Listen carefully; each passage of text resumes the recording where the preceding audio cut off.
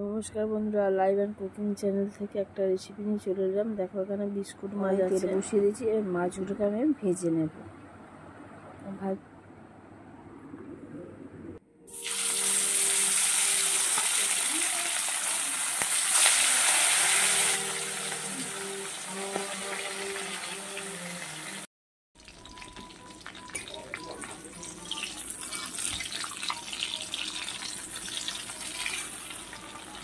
মাছটাকে উল্টে পাল্টে ভেজে দিচ্ছি। এবার মাছগুলোকে তুলে নেওয়া হচ্ছে।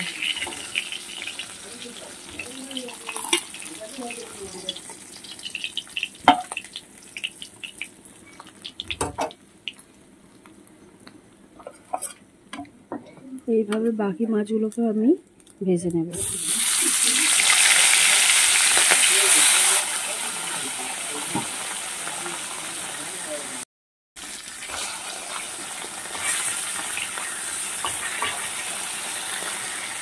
বন্ধুরা, মাছগুলো ভালোভাবে করে তুলে দিচ্ছি।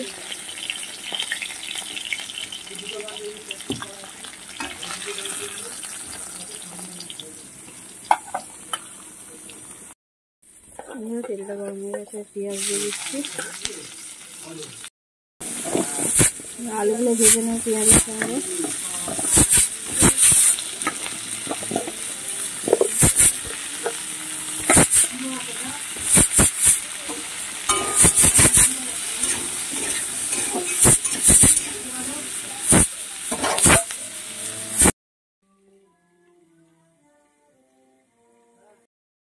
রসুনগুলোকে এরকমভাবে করে দিচ্ছি, গোটা রসুনকে টুকরো টুকরো করে সেইটা দিয়ে দিলাম। কাঁচা লঙ্কা চিড়ে রেখেছিলাম, দিয়ে দিলাম।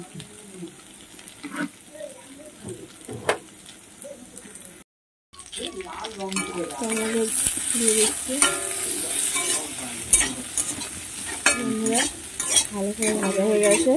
এবার মশলাটা দিয়ে দেবো। লঙ্কা হলুদ, লবণ দিয়ে দিয়েছি, হলুদ দিয়ে দিলাম,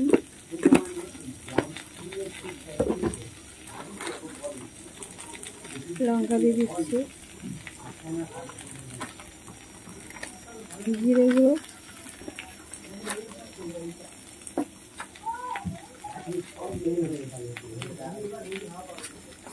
সামান্য জল দিয়ে দিচ্ছি। ভালো করে আলুর সঙ্গে কষিয়ে নেব। আমার কষানোটা কমপ্লিট হয়ে গেছে। বন্ধুরা, জল দিয়ে দিচ্ছি।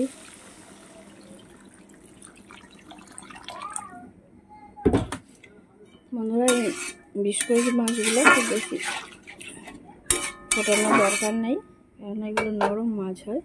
এবার আমি এটা ঢাকনা চাপা দিয়ে দেবো। আলুগুলো সিদ্ধ হয়ে গেলে মাছগুলোকে দিয়ে নামিয়ে নেব।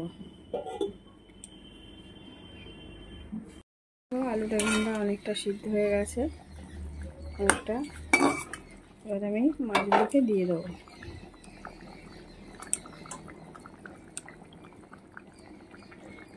মাছগুলো খেতে ভালো লাগে বন্ধুরা, কাঁটা খুব বেশি থাকে না, বাচ্চারাও খেতে পারবে। তবে এটা নদীর মাছ, সবাই তো নদীর মাছ পছন্দ করে না। যারা নদীর মাছ পছন্দ করে তাদের জন্য এই রেসিপি রইল। বন্ধুরা, এই রেসিপি যদি তোমাদের ভালো লেগে থাকে অবশ্যই একটা লাইক করে দিও, কমেন্ট করে জানিও কেমন হয়েছে, আর সাবস্ক্রাইব করে পাশে থেকো। আবার আমি 5 মিনিটের জন্য চাপা দিয়ে দিচ্ছি। 5 মিনিট পরে রেসিপিটা হয়ে যাবে। ততক্ষণ ভালো থেকো, সুস্থ থেকো। আবার একটা নতুন রেসিপি নিয়ে তোমাদের সামনে চলে আসবো।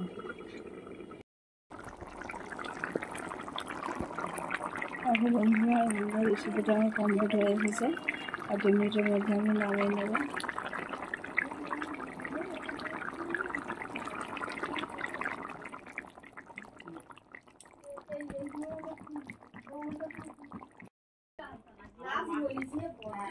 আমার